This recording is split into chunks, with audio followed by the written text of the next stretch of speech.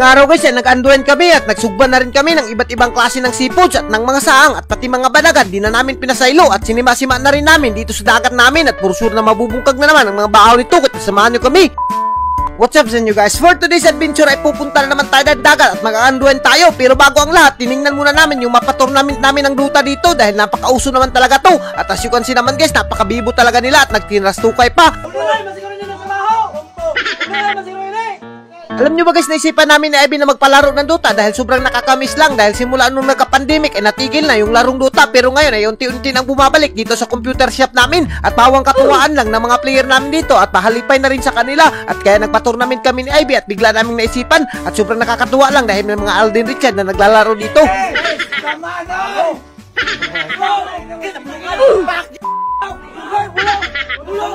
At as you can see naman guys, sobrang nalilingaw na talaga sila dito at sobrang gigil na gigil talaga sila sa kakatrastok at sa kakalaro. Sino ba namang hindi magigigil dahil simula itong 2020 at nagka-pandemic ay ngayon lang sila nakabalik ng tournament at sobrang nagpapasalamat sila sa amin dahil ngayon lang uli sila nakabalik at sobrang bibo talaga sila. At ayan na nga, may nanalo na nga dito sa tournament namin at nagkagulo na at sobrang bibo talaga dito sa labas. At as you can see naman guys, talagang sobrang nalilipay sila kahit kunti lang yung mga premyo namin ay talagang sapat na sa kanila. At least naman kahit papaano mabawasan yung mga kalain nila. At sa puntong ito, pagkatapos namin magpa-tournament ay mag-unwind muna tayo sa dagat at siyempre kasama namin sila Ma'am Alexi dito at umabot na kaya di na kami nagpadugay-dugay at dumiretso na kaagad kami papunta sa aming dagat. At sa puntong ito, as you can see naman guys, talagang napakalisod ng agihan dito at napakaraming tricycle. At as you can see naman guys, umabot na kami dito sa tugbungan ng aming dagat at siyempre dahil taob-taob pa, kinuha na ni Dodo yung gakit ni Uncle Balas dito at sasakyan namin to dahil napakalawom talaga dito at baka malumos ka. At ayan na nga, as you can see naman guys, sumakay na kaagad sila si Rabin at si Ma'am Alexi dito at kung nakikita nyo naman guys, gakit lang yung sasakyan namin dito. At ayan na nga, nabasa na nga yung tintin ko dito dahil hindi ako sumakay dahil baka maunlod tayo.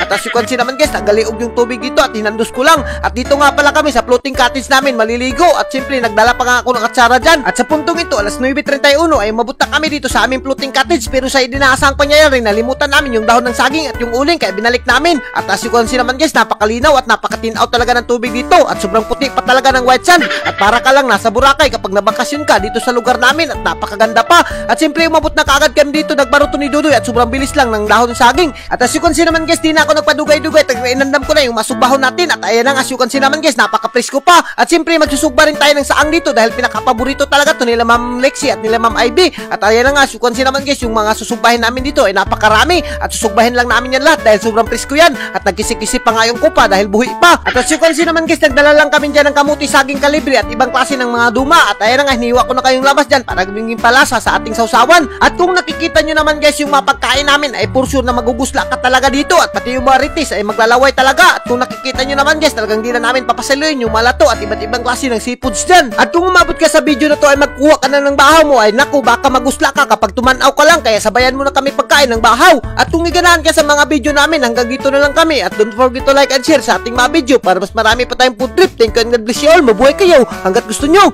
Bago matapos ang video na to ay meron na naman ako ipapakilalang laro sa inyo. Ito ang 77 PNL at dito ay napakaraming laro ang yung pwedeng pagpipilian katulad ng mines. At dito sa mines ay napakadali lang talaga at sobrang basic lang manalo dito. At ayan na nga, nagbet na nga ako dyan ng 100 at kailangan mo na talagang iwasan yung bomba para manalo ka. At ayan lang, as you can see naman guys, kapag nanalo ka, cash out ka na kaagad at through Gcash lang yung transaction dito sa 77 PNL. At paalala lang, yung sobrang pera lang ay tataya mo dito para hindi ka mahirapan sa kalisod. Mabuhay ka hanggat gusto mo.